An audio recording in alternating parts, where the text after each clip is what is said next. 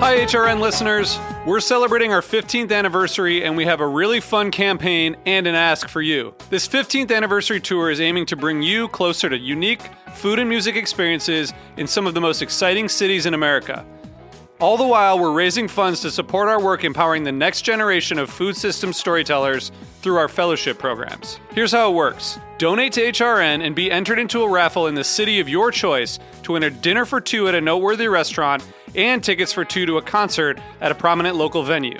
We have incredible partners in New York, Los Angeles, Philadelphia, Nashville, Las Vegas, Charleston, Asheville, and Ardmore, Pennsylvania, who have donated a meal for two and two tickets to a concert of the winner's choice. And all donations help fund our fellowship programs, where we're helping to build essential workforce readiness skills and food system storytelling skills. Check out heritageradionetwork.org/15 to donate and enter to win today. That's heritageradionetwork.org/15. Thank you. This episode is brought to you by Roberta's, home of Heritage Radio Network for 10 years. Learn more about Roberta's at robertaspizza.com. This week on Meat and Three, we're talking about the United States' biggest crop. It's corn. They will always tell you that corn is like their family. Corn is their family. You treat corn like you would treat your family. These subsidy programs are supposed to be for really dealing with unexpected things that happen to farmers, although in practice, a lot of times, farmers are actually paid farm subsidies for things that we can control and do expect. There's this constant warfare going on between the oil industry and the grain industry. Tune in to Meat and Three, available wherever you get your podcasts.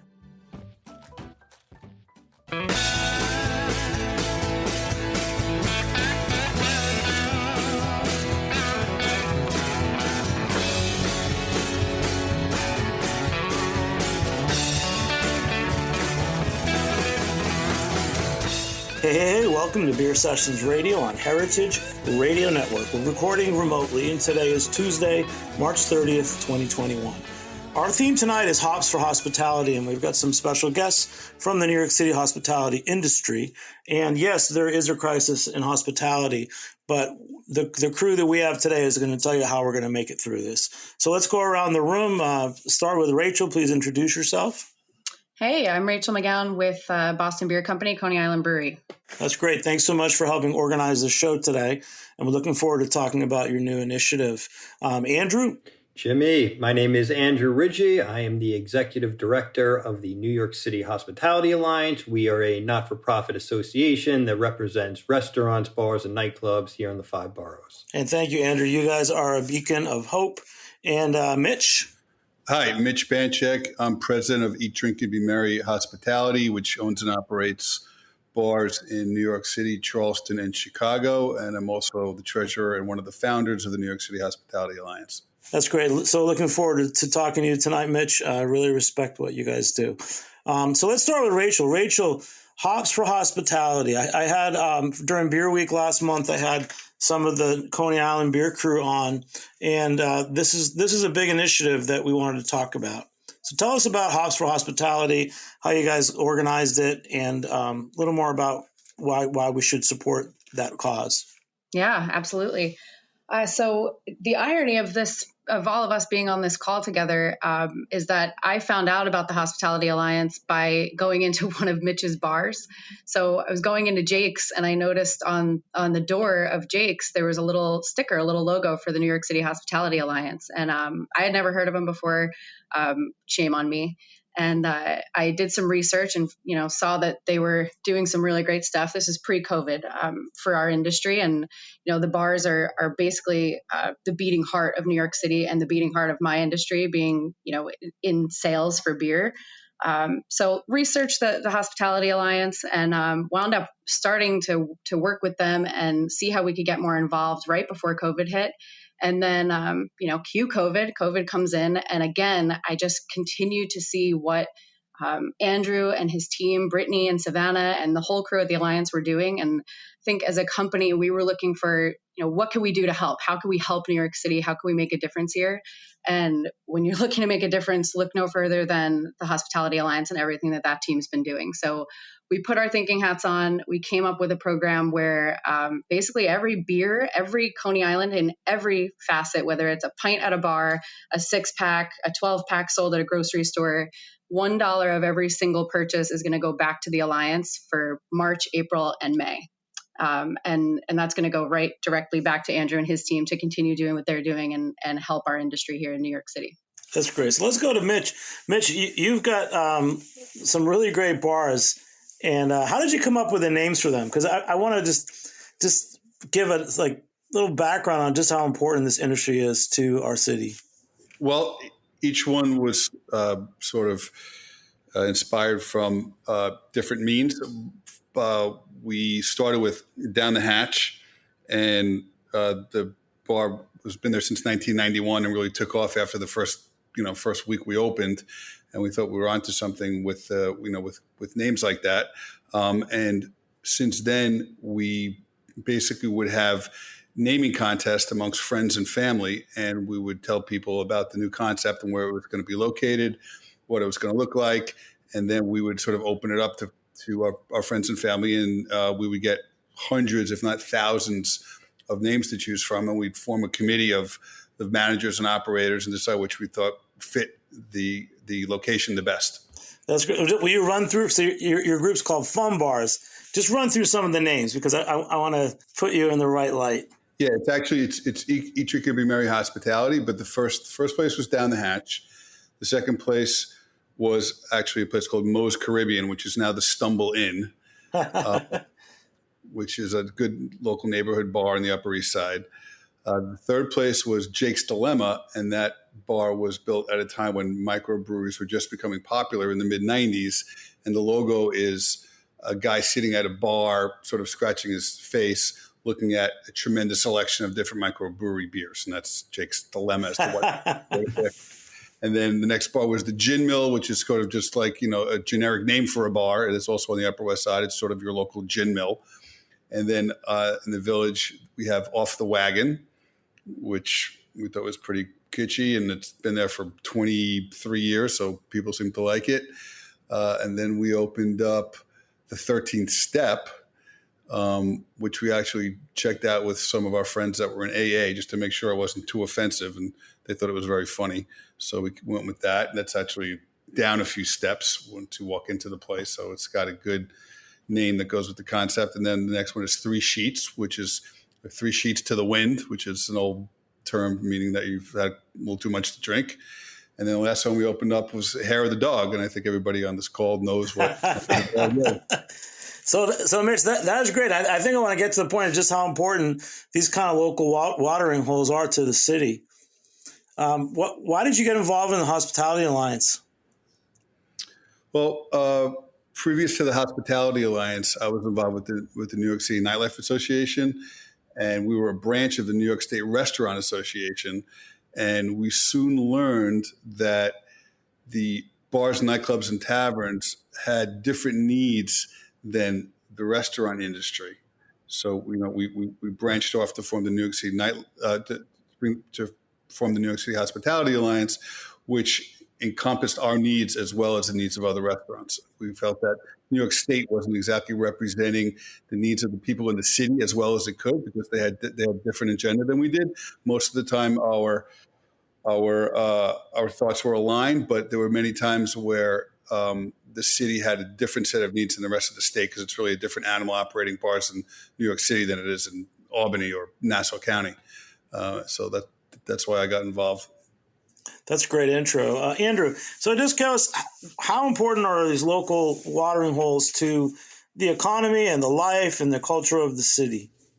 Yeah, well, listen, first, it's the economic impact. I mean, New York City's restaurants and bars pre-pandemic, there's about 25,000 of them in the 5 boroughs, and they employed about 325,000 New Yorkers. And these are people from all walks of life, many of whom who have degrees from colleges, other people who may not even be able to find a job elsewhere in the workforce. So I think we're one of those industries where, you speak with many owners or general managers, and they started at an entry-level position and now are, like I said, the GM or own their own place. And I think that's unique to our industry.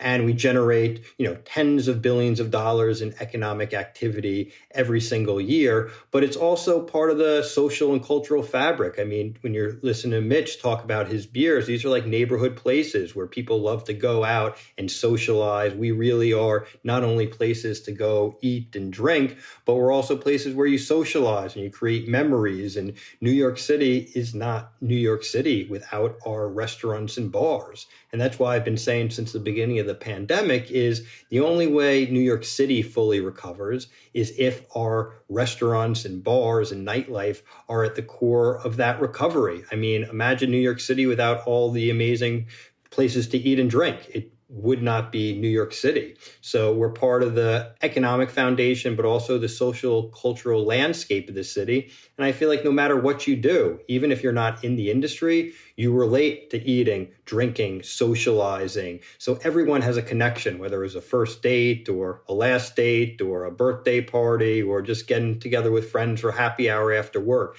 Everyone's connected to the city. And I think that's why people stay here. That's why people move here. That's why people visit here. And we're just part of the fabric of the city. I mean, if you go around the world and ask anyone, about New York City, they'll probably make some comment about the great places to eat and drink. That's so true. And Rachel, let's just hear your backstory, because you are like a very important person in the hospitality industry. Just tell us how you got started and, how you rose up in the ranks to have the job you do now with Coney Island Beer. Yeah, so I actually started my beer career about 10 years ago now. Right out of college, I started working for North American Breweries, which at the time was North American Breweries at the time. They shipped me out from my New York living, and I moved out to Oregon for a while. Worked for them for about 2 years, and met somebody who worked for Boston Beer. And I realized that I wanted to work for Boston Beer. So I moved over, got a chance to come back to New York and cut my teeth with the company in Brooklyn and Staten Island. And that was right around the time that we bought Coney Island and started working with, started the partnership with the brewery there. So I've been selling Coney Island since inception. And that was when I was in my street level role, meeting with bar owners and restaurateurs. A few years after that, got a district manager role and moved back out to California and was working with our company out there for a few years. And then about 4 years ago, came back to New York and was working in our on-premise national chains, working with both, the likes of Buffalo Wild Wings to someone like Mitch with his bars and restaurants here being a large buying group and an important buying group here in New York City locally. And then as of the beginning of this year, I took on a new role as area manager where I'm managing a team covering the 5 boroughs. And our main goal is to provide support to bars and restaurants here in New York City. So with this Hops for Hospitality, initiative, what are you seeing? Like, are you seeing the future in New York? Are you seeing that things are not the way you expected them to be in terms of who's buying these beers? And I don't know, you got a pretty good sense of who's buying what in the city and if things are going to be different.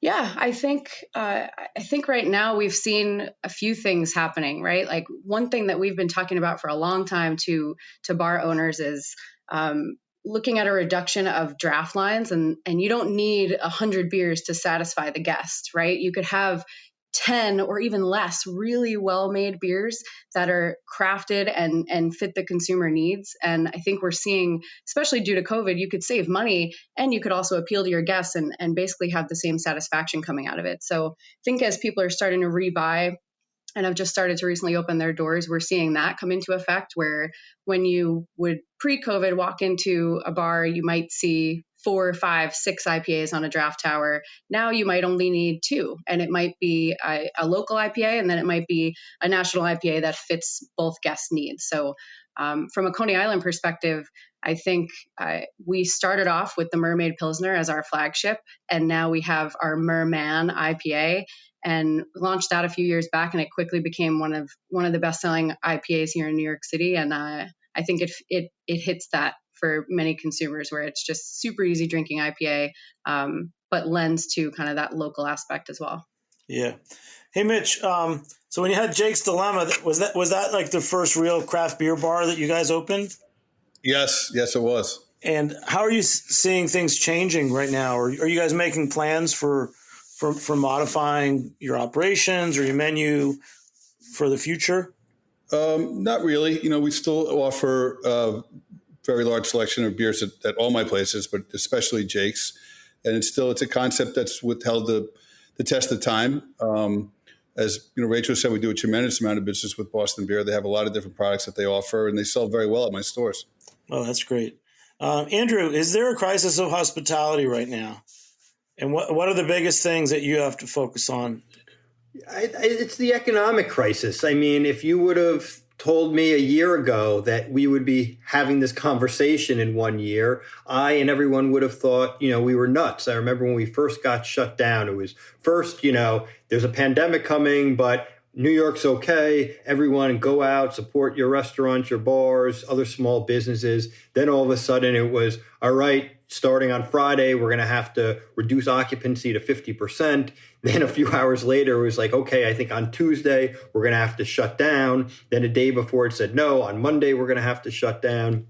And the only thing that's been certain over the past year is all the uncertainty. I mean, I mentioned before, pre-pandemic, there were about 325,000 jobs in the city's restaurants and bars. There's still more than 140,000 of those jobs missing. So we are in a jobs crisis. We don't know exactly how many restaurants and bars we've lost, but we suspect the numbers in the thousands.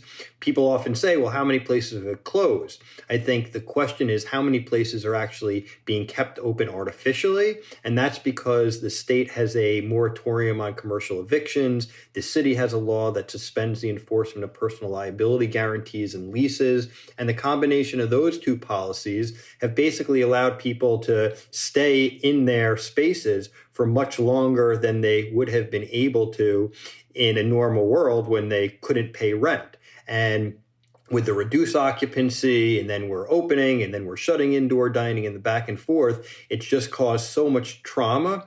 I think finally, and I'm still cautious, but I am somewhat optimistic that there's a light at the end of the tunnel now. It doesn't look like it's a train coming to smack us head on, but there's still going to be a lot more that needs to be done. We're waiting for the new restaurant relief fund to release the money. That's going to be huge to help people pay rent, payroll, vendor expenses, because it's not just like the bar and restaurant owners and the workers. Think about people like Rachel and the whole economic ecosystem that relies on a vibrant bar and restaurant industry. The farmers upstate we purchase our produce from, the sales rep where we're buying our beer, all these, the plumbers, the electricians, the florists, you name it. I mean, they all rely on a vibrant restaurant, bar, nightlife industry. So we're starting to come back slowly. I think there's definitely a long recovery in front of us, but the fundamentals are strong. I mean, I'm still bullish on cities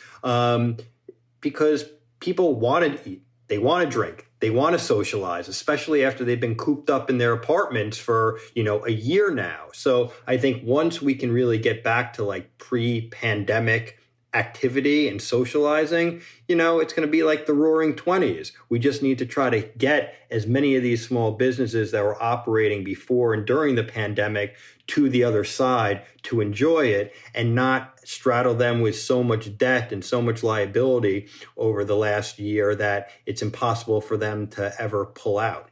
Yeah. And hey, Mitch, when you helped co-found the Hospitality Alliance, just tell us more about your involvement and the issues that you're talking about with the Alliance on your own. When we started, it was basically myself and our attorney, Robert Bookman, and Paul Sears.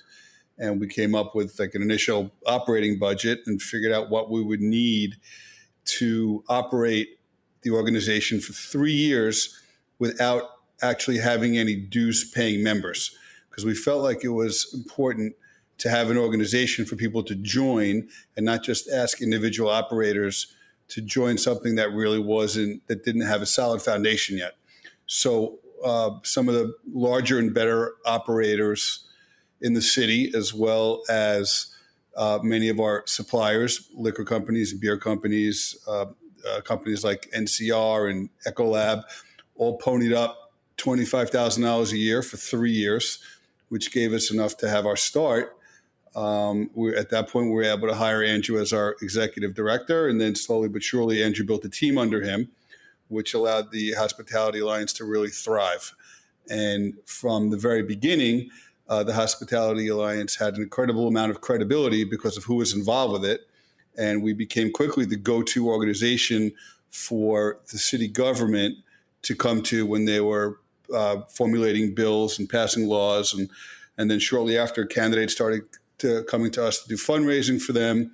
And we have had since the beginning and maintain an incredible amount of credibility in the city. And that is obviously very beneficial to all operators, but especially people that need the help of the alliance, that are sort of more individual operators, that don't have access to some of some things that larger organizations have. And the alliance at this point offers a tremendous amount of member benefits, as well as expertise in just general operating, as well as expertise in the field of employment and labor law and liquor laws. So it was a very necessary organization to start. I'm very proud to be a part of it. Andrew does a tremendous job in running it and leading the charge, and the board has been very supportive in his efforts. On that note, Mitch or Andrew, last year, what was impressive about the Hospitality Alliance was that very quickly you guys put together all the points that were important for hospitality operators related to the pandemic and what you needed to ask from the government. Who worked on those, and were many of those initiatives or pitches that you guys had already been working on? Yeah, well, I mean, it was really a team effort. Like Mitch said, there's just an incredible brain trust of people from all different aspects, whether it's liquor law or whether it's labor law or the political world. And then our members who are operators who could basically tell us what their immediate challenges are and what they need information about. So it was really just around the clock effort trying to pull together as much information as possible, provide it to people in real time in a way that is as easy as possible to understand. I mean, a lot of this stuff is really complicated, and because things were changing so quickly, it was hard for people to keep a grasp on it. So we had our team, from labor law to liquor licensing to our whole government affairs team, really in the thick of it, in constant calls with the Cuomo administration, the de Blasio administration, on the phone with Schumer's office, Senator Schumer's office, talking about all of these issues. I mean, there was a lot of frustration because this was uncharted territory. Things were happening so quickly. We needed support immediately. As anyone who's ever dealt with government or observed government, those wheels tend to move very slowly. So we really had to ring the alarm, be on TV, radio, and the press constantly to make sure that our issues were front and center. So wherever the information needed to come from, whether it was from a, employment law firm, whether it was from government, whether it was from someone like Rob Bookman to talk about liquor licensing issues, we really had the inside track, gave that information to people as soon as possible. And then throughout the process, hearing from people like Mitch and others about what are the biggest challenges right now and what should we be addressing. So things like the moratorium on commercial evictions, that was something that came up immediately. For restaurants that were doing a lot of takeout and delivery, or many who had to pivot, like, pivot's the word of the year, I guess, who weren't doing a lot of takeout and delivery, but because they were closed for indoor and outdoor dining, could only do it, we got the third-party delivery fee cap in place because companies like Grubhub and Seamless were basically exploiting the industry pre-pandemic with fees that range, up to 30% or more of each order. So they were like taking more per order than the actual restaurant was earning. So a lot of the stuff that we had been working on that we got enacted, some of them were policies that we were pushing for pre-pandemic, but I guess then we had the momentum because of the pandemic to get them done. Some of these policies are temporary, but then there are things like the outdoor dining open restaurants program, which has been incredibly successful. Early on in the pandemic, Corey Johnson, who's the Speaker of the City Council, and I co-authored an op-ed in Cranes talking about how we need to reimagine public space. And we knew we'd have limited or no indoor occupancy in our bars and restaurants. So how could we get more occupancy outdoors? And bam, we created the Open Restaurants Outdoor Dining program. A few weeks after we published that op-ed, I was sitting at City Hall, socially distant from the mayor, doing a press conference announcing this program. And since then, about 11,000 bars and restaurants are participating in outdoor dining. It was responsible for hiring back about 100,000 people who had lost their jobs since mid-March when we had to shut down. And I think when it started in June, not only was it the economic factors that were so important, but also it brought back a energy and vitality to the city streets that was so important. I mean, if you remember that time, people had just been in their apartments for months already, and they just needed to get out. And this is a way they could do it in a safe, socially distant way, support local businesses, get to eat some good food, drink some good beers, hopefully a bunch of Coney Islands and others. And, kind of feel a little bit normal and a little bit human. And that program was so popular that it has now been made permanent. So we're currently working with City Hall and the council on creating what the permanent Open Restaurants Outdoor Dining program will look like. And I mean, I was just looking at something like out in Brooklyn on Vanderbilt Avenue. It's gorgeous. I mean, who would have thought pre-pandemic that we would have been taking over parking spots or even shutting down full streets so people can put these beautiful outdoor dining installations out there? It's really, I think, helped not only the economy, but creates a more livable city. And and that's been a goal. I keep citing there's that old Winston Churchill quote, "Don't let a good crisis go to waste." So amongst all the doom and gloom of this pandemic, how do we use the momentum that we have to rebuild a stronger city and a better restaurant, bar, and nightlife industry that's more supportive of small business owners and more vibrant? Well, Andrew, you're right on, that what if. It's like, how many times did you walk down Orchard Street on a Sunday or, Mulberry Street and have businesses outdoors on the streets? It's really amazing that you guys got that. I still can't believe you got outdoor dining put through. You never thought that would happen in New York. And never, not in a million years. It's really going to tie into what we're talking about next, is just this revival of Manhattan. But before we talk about that, I want to go back to Rachel and Mitch and just talk about the importance of the sales reps. Because there's this connection. Not only there's electricians and suppliers and everyone. It's the reps from. To me, the reps from the beer companies in particular that are really this glue of bars. Do you want to talk about the team that you work with, Rachel?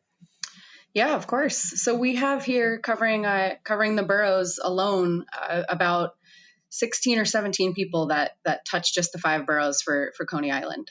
And I think, to your point, if I were in Mitch's shoes, I would be looking for somebody who's not only going to sell me great beer and, offer me great products at a good price and come in with some reasonable support. But I think it is the relationship, and it is who is that guy or gal that's coming in and supporting their products locally, who's going to come into Jake's and throw a few back with you and know your bartenders and know your team and know in a time like this what you need, and be asking constantly, even when your doors weren't open, what can we do to support and how can we help? And to me, I preach that with our team every single day. That comes, from Jim Cook down. We Boston Beer Company, Coney Island, our number one goal is to be not only a consultant to the operators, but also a good partner, a long-term partner. And I try to live and breathe that every day. And Mitch, we want to talk about just the importance of different sales reps to your businesses? Because I think that's an overlooked job in these times. And I always remember just how important they were to every aspect of my restaurant. 100%. What Rachel said is very much true in that we look for relationships. We look for relationships with beer companies and the beer reps who come into our place and, know the bartenders and know the managers and are there for support when we have special events. They're there at our anniversary parties. They're there at our street fairs. And that's something that goes a long way with myself and my organization. I know that my guys that do all the direct buying from the beer companies, they're loyal. They're loyal to the people that are loyal to us. That's great. So we're going to take a short break. We'll be back in a few minutes on Beer Sessions Radio.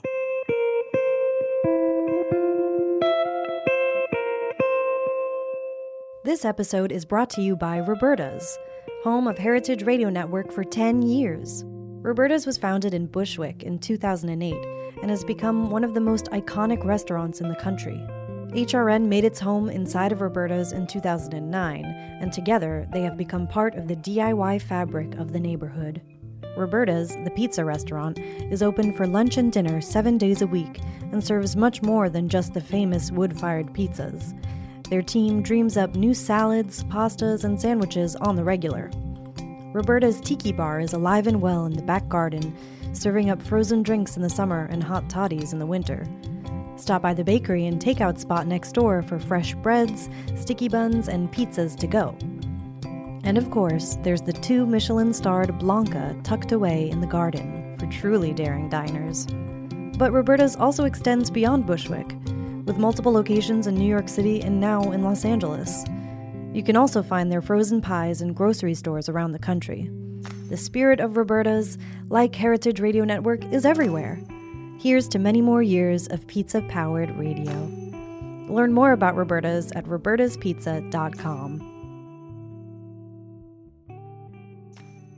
Hey, welcome back to Beer Sessions Radio on Heritage Radio Network. Support us and become a member at heritageradionetwork.org.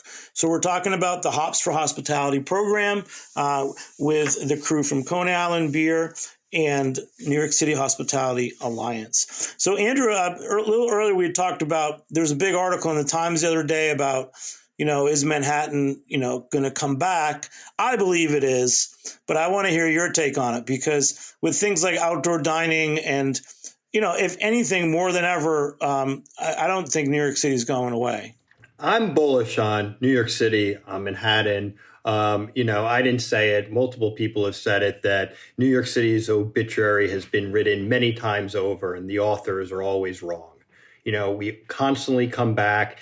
Every crisis, if you go back to 9/11, if you go to the financial crisis, if you go to Superstorm Sandy, and now this, we always come back and we always come back stronger. I mean, the most important thing I always like to preface it when we have these discussions is, there's been a lot of doom and gloom. People have lost so much. They've lost their businesses. They've tried exhausting their personal savings to keep their places afloat. Some people are staying afloat. Others have lost it all. So there's a real horror story and we shouldn't gloss over that. But long term, as I said before, eating, drinking, socializing, that's in the DNA of cities. That's in the DNA of humans. That's always going to come back. I think that desire, that need is going to be stronger than ever on the other side of this because people are going to want to catch up in person. As great as Zoom is and as great as WebEx and all these other tools are, it can't, it's not the human connection.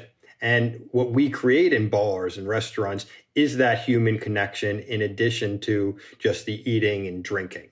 So I think it's going to come back. I think that people are always going to be looking at, well, this company is going to downsize their office space. People are going to be working remotely. Yeah, there's some good stuff about working remotely. But like at the end of the day, do people for the next year, 10 years want to just like sit in their apartment and work? And I think there's so many downsides to that. I mean, if you're working in an office, how do you get more experience? How do you grow through the ranks? How do you get opportunities? By being in an office, going out to meetings, like certain things and interactions don't happen online. So I think there's going to be a huge need for it. I think people are going to come back to cities. I'm hoping there's going to be like a correction. The real estate market's going down. So maybe that's going to create people and opportunities for people to open up new bars, new restaurants that maybe pre-pandemic they wouldn't have the resources to do.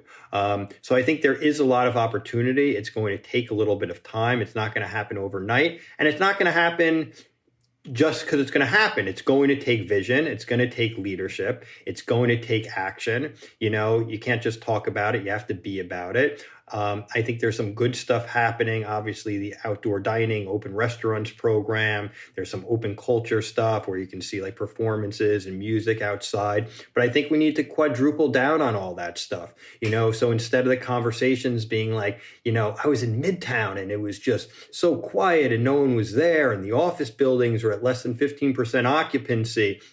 We need a campaign to really change that conversation. Like, how cool would it be if randomly out of nowhere, the original cast of Hamilton's like doing a performance in Herald Square, or if like in some basketball court, you get a bunch of Knicks and Nets players like playing a pickup game, or some opera singer sticks their head out of a window in Midtown and starts singing. And like that becomes the conversation. Like, oh shit, can I curse on here? I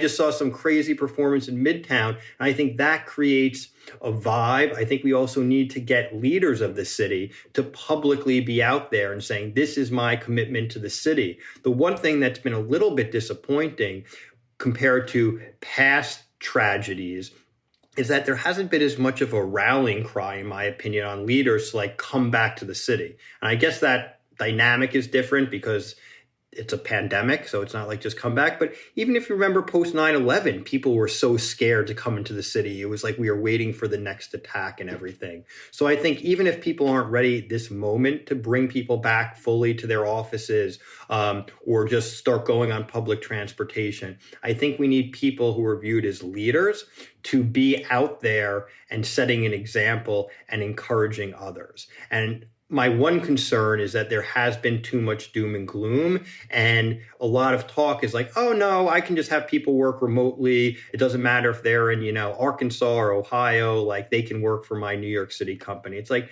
they can, but they're not going to have that experience. So I'm still bullish. I have no doubt that we're going to come back. I think it takes leadership. It takes action. It's going to take policies, but we'll come back. And I think those people who are committed to the city now, I hope will be the ones that benefit from it in the long term. So since you mentioned, positive stories, let's each talk about a neighborhood where something cool is happening. I want to talk about the East Village because that's where my places have been.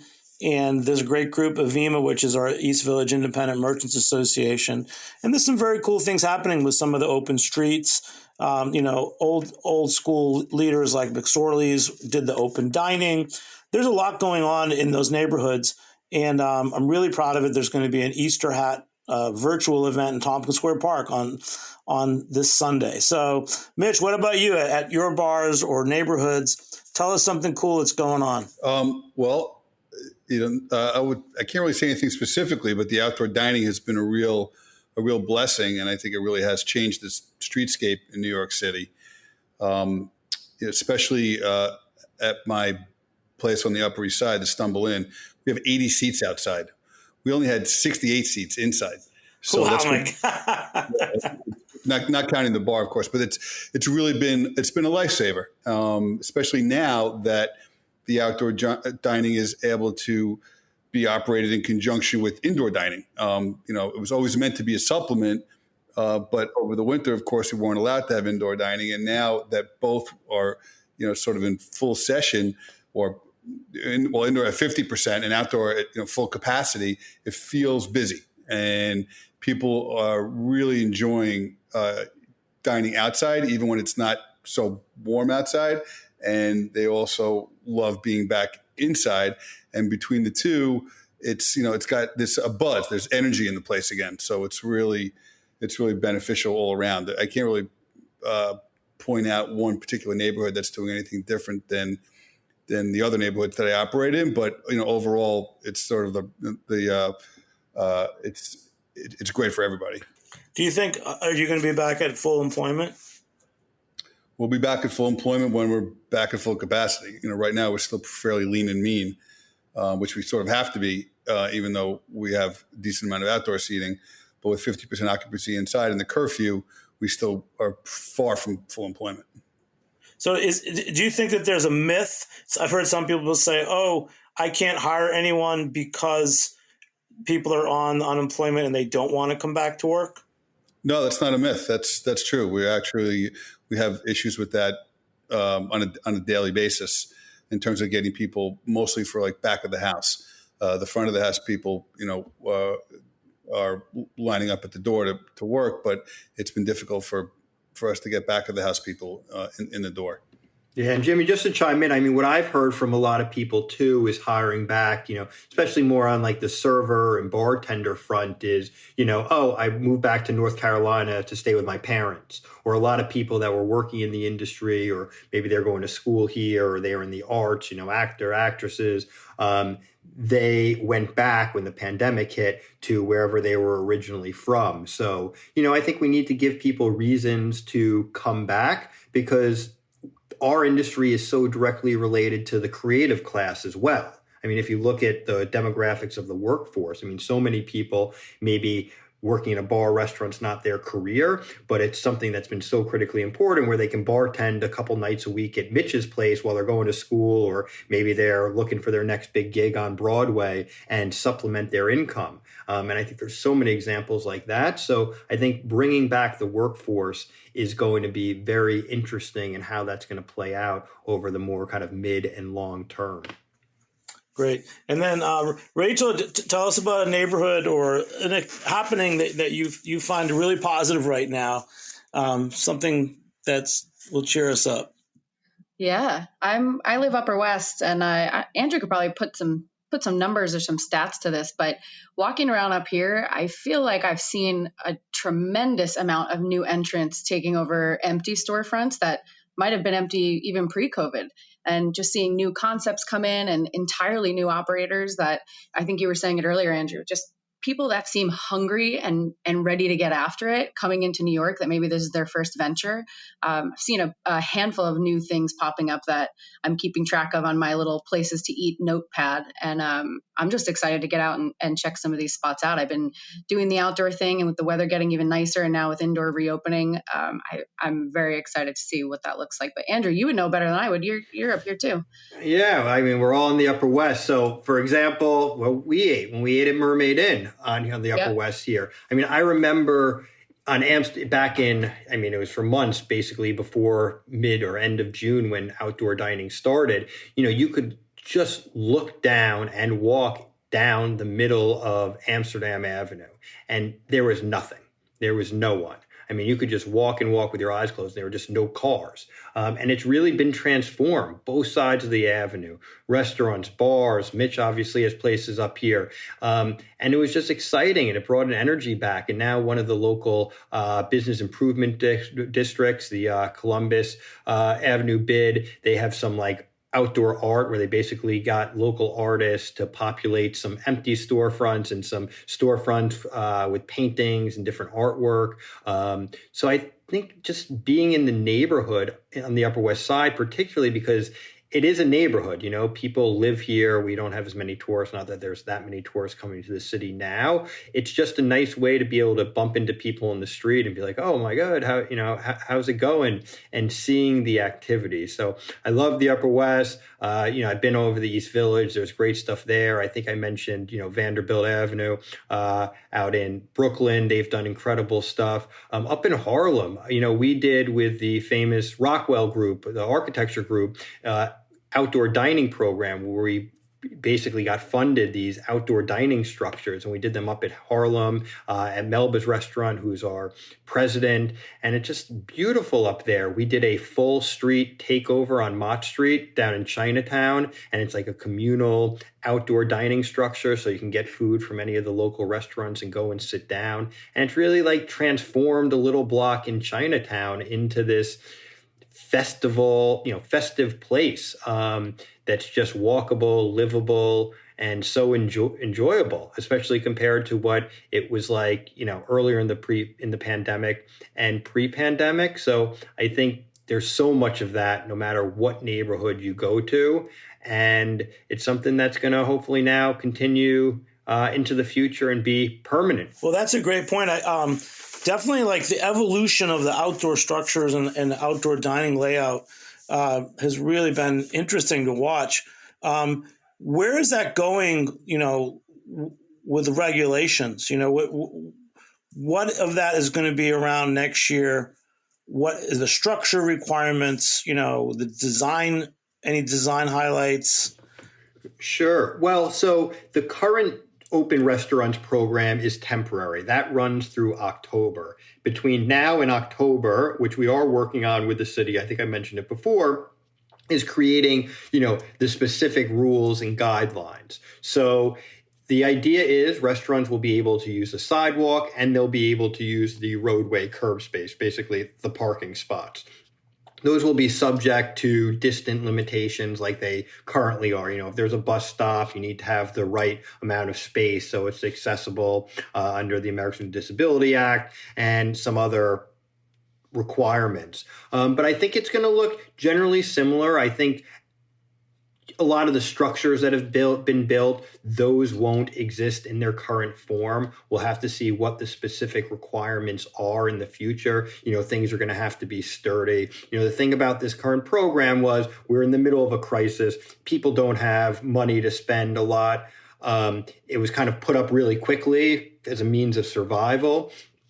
But then you see some places that actually were able to invest money and put some more thought into it. And you're like, wow, it's really transformed what the sidewalk and roadway look like. So while all the specific rules and guidelines haven't been released, those will hopefully be done by October. It'll look something similar. Sidewalk seating, roadway seating, subject to those specific limitations. But I'm hoping they'll be even further beautified with plants and other types of amenities that really help bring that area to life. What about enforcement? I know that with the spring, I've heard that there are a number of inspectors out, building department inspectors. First of all, which agencies are inspecting the outdoor dining, and how are we going to better manage that? So the outdoor dining now is currently the responsibility falls to the Department of Transportation. Pre-pandemic, it was the Department of Consumer Affairs that licensed sidewalk cafes. I think the permanent program will probably be overseen by the Department of Transportation. That's all still being defined. But listen, it's been a mess because we're in a pandemic. There weren't enough inspectors. These are new regulations. You have the city, you have the state. There's politics between the city and the state and who does what and how do they do that. Anyone that's been operating a bar or restaurant knows that the rules had been constantly changing. A lot of the rules and requirements weren't clear, so people felt like you're damned if you do, damned if you don't. I'm hoping that in the future, the permanent program will be very clear. There'll be more of a approval process. So whatever someone ultimately sets up on the sidewalk or in the roadway will have been approved. So it's not like they're just self-certifying something, putting it up, and then an inspector comes and says, oh no, you have to do this or you have to do that. Or, a couple of weeks later, they retroactively change the requirement and say, yeah, we said you could do this last week, but you can't do that anymore. So there's a lot to be done on that front. But we are also working on a bill in the city council, which is really like once in a generation opportunity when it comes to rules, regulations, but particularly violations and fines. There's various different agencies. They all issue different fines. And before the pandemic, you would speak with bar and restaurant owners, and they would say it felt like anytime an inspector came in, it was their job just to issue you violations. They felt like, our industry was an ATM for the city. And we had seen this over years. By the tens of millions of dollars, fines had increased. But we have a bill in the city council that we have a lot of momentum for that would identify the hundreds, if not thousands, of different fines and violations that are issued to restaurants and bars and other small businesses. And basically identifying all those violations that do not pose an immediate hazard to the public or workers. And for all those violations, we would allow a warning or a cure period before a violation is issued. So essentially, an inspector would come in and say, that's a violation. This is why it's a violation. This is how you correct it. And we're giving you a warning. And if we come back in 6 months and it hasn't been corrected, well, then we will issue you a fine. And we really think that would help change, the dynamic and make it so the focus is on education, training, and compliance first, and penalties and fines as a last resort. And that would apply, we hope, to not only outdoor dining, but, health department, Department of Buildings. Interestingly enough, the fire department historically has given a lot of warnings and cure periods to businesses to fix stuff.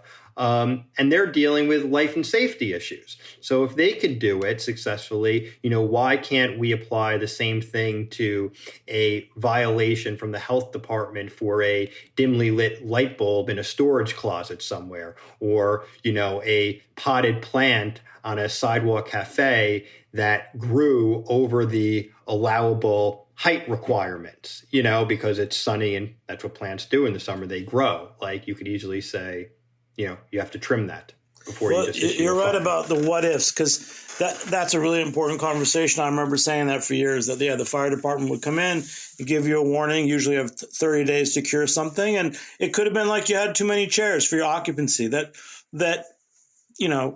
You're right. They may be important, but the way they handled it was really good. So I'm really happy that you talked about that. Just wanting back to Rachel. Rachel, just tell us one more time about the initiative, and maybe a few favorite establishments that are participating in Hops for Hospitality.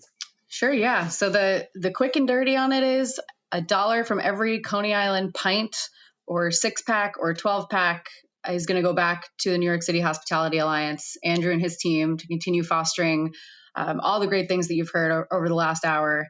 And that's going through the rest of March, April, and May. So everything through May 31st. And that includes beers sold at our tap room down in Coney Island. We have almost, at this point, we have a little over 75 total participating bars and restaurants. And we just opened it up to grocery stores as well. So we're expecting a lot more participation, because everyone wants to help New York City. Everybody wants to help restaurants and bars and our hospitality industry. So right now, I would say a handful of participating locations are, of course, Mitch's location. So we have Jake's and Gin, and I think a handful of others are coming on board in the next few weeks here. Some of my others that have recently jumped on and wanted to participate, Stout. So all of the Stout locations, Rivercrest out in Queens. We have Kettle Black in Bay Ridge, one of my favorite bars. We just jumped on with Fairway grocery stores. So starting in April, you'll be able to pick up a 6-pack at any of their locations and support the program as well. Those are just a few off the top of my head, but hopefully a lot more to come. And Jimmy, if I could just jump in and just say, Rachel and Coney Island and the whole Boston Beer team, they've been so incredible. We have been out there, the Hospitality Alliance, just fighting around the clock for the future of our industry. And when I said earlier about the economic ecosystem that revolves around the bars and restaurants, it's so true. And it really takes partners like this that support our efforts, because the more successful we are, the more successful they are. And I think it's really a partnership, and we're just grateful to have partners like Rachel and her whole team. So I hope people go out to Mitch's places and everywhere else that's participating, drink some Coney Island. Not only great for your taste buds, makes you feel good, but it also supports a much larger cause that's really helping bring back not only our industry, but jobs and the city as a whole. So it's really about these types of partnerships, and we're grateful, thankful, and it's also a fun initiative. That's great. Hey, Mitch, do you, as a seasoned operator, what's a question that you have going on now with Andrew for, like, regulations or policy or something that you might be having a conversation about? Sure. I could ask Andrew what he feels the likelihood that the bill would pass that he's just speaking about in terms of the reform of the punitive fines that restaurants get for infractions that are not life-threatening. What do you think, Andrew? Yeah, absolutely. I mean, these are the types of, issues that come up all the time. People reach out with questions. We just did earlier today a big Zoom forum with Senator Schumer because we finally got the restaurant relief fund included in the most recent stimulus, which is going to give grants to bar owners, to restaurant owners to help them with their rent, their payroll, their vendor expenses, and, having the support of people like Mitch and Rachel and others really allows us to do our work. And we get all types of questions. A lot of stuff is big picture, but then also stuff is like really in the weeds, So it's from when can I apply for this restaurant relief? How am I going to be eligible? When am I going to get the money? But then we get, technical stuff about the width of people's sidewalk cafes or roadway seating, and is it that compliant? Or someone just reached out to us because they need someone to help them, build an app because they want to continue to increase their takeout and delivery sales. So the questions really run the gamut from big picture to just more specific, and that's what we're here for. And the more that we hear from Mitch and others about the challenges that they face or the opportunities, the better we can help provide support for those opportunities or those challenges. And they help inform our advocacy and inform the type of support that we can provide people. Great. And Rachel, since it's a beer show, what are you drinking, or what should I be drinking tonight? Oh, well, I thought you'd never ask. I cracked open a beach beer a few minutes ago when I was on mute when Andrew was talking because I just couldn't wait any longer. It was sitting here getting warm. So beach beers are Coney Island seasonal. I spoke about Mermaid and Merman, which are our two flagships, but our seasonal, which is relatively new, it's been around about 2 years. Super, super easy drinking Kolsch. It pours a beautiful golden color, and the nose is just as simple as the beer is. You just get some really nice aromas from the malt, and it just finishes really, really crisp and really lends to the name. It's beach beer. So I enjoyed this beer last summer, all summer, just in the park, on my fire escape because there wasn't many other places to go. And I'll probably end up doing the same this year, except hopefully at a bar or a rooftop or somewhere of the like. Great. And Mitch, tell us one of your bars where you're going to go get a drink next. Well, actually, I'm in Charleston at the moment, so I will go to my bar in Charleston called Uptown Social, and that's Charleston is completely open for business. It's been at 100% occupancy now for months, and they just lifted the curfew about 2 weeks ago, so we're able to be open until 2:00 in the morning. So I'll be having several beers tonight. Well, that's great. And a big shout out to our friend Tank Jackson. He's been hosting Sunday farm and chef barbecue events at Lo-Fi Brewing down in Charleston. I don't know if you ever heard of that, but I sure have. There's some good people there. They have one more event this Sunday, April 4th. That's great. And Andrew, you're always out too at restaurants. Where are you going to go for your next beer? I don't know. Well, I'm on the Upper West Side, so I should go to one of Mitch's bars and drink a Coney Island. Yes, sure. Well, thank you guys for indulging me. This is a really great little window into the policy process, Andrew. We forget that it's not just complaining, that there's actually people that are trying to really make things better. Can you give us that Winston Churchill quote one more time? Because that made me smile. Do not let a good crisis go to waste. That sums it all up, my friend. Rachel, thanks so much for this initiative, Hops for Hospitality and Coney Island Beer. Mitch, we're definitely going to check out all the bars we haven't been to yet. The Stumble Inn, that'll be a new one for me.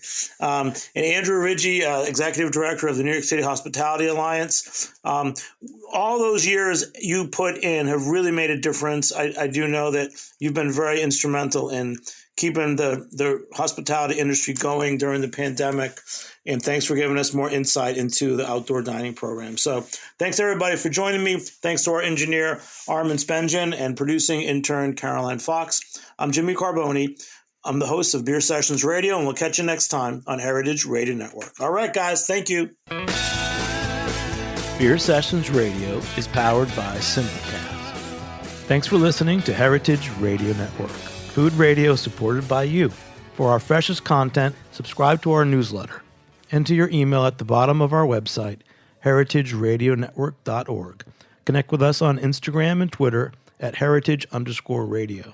You can also find us at facebook.com/Heritage Radio Network. Heritage Radio Network is a nonprofit organization driving conversations to make the world a better, fairer, more delicious place. And we couldn't do it without support from listeners like you. Want to be part of the food world's most innovative community? Subscribe to the shows you like, tell your friends, and please join the HRN family by becoming a member. Just click on the beating heart at the top right of our homepage. Hey there, I'm Lee Ullman here with some big news from the National Young Farmers Coalition. We're partnering with Heritage Radio Network on a special season of The Farm Report. It's all about what's happening with the Farm Bill and how it impacts farmers and eaters. I am growing diversified vegetables on land that's been in our family for 150 years. And so with the pandemic, gentrification, property values going up, we had to sell the land and we lost it. Join us as we uncover the untold stories behind this massive piece of legislation that shapes how we grow our food, what we eat, and so much more. The problems we have had, those are things that come from earlier Farm Bill and USDA policy, right? Like Earl Butts, get big or get out. You know, it's my responsibility to know not only what I'm eating, but then like how that all came to be. And realize like, wow, like this piece of legislation, all this money, like it's technically something that I support as a taxpayer. While Congress debates the next Farm Bill, this is not just an invitation to listen. It's a call to action. Be part of the conversation. Subscribe to the Farm Report on Heritage Radio Network, wherever you listen to podcasts. Thanks for listening.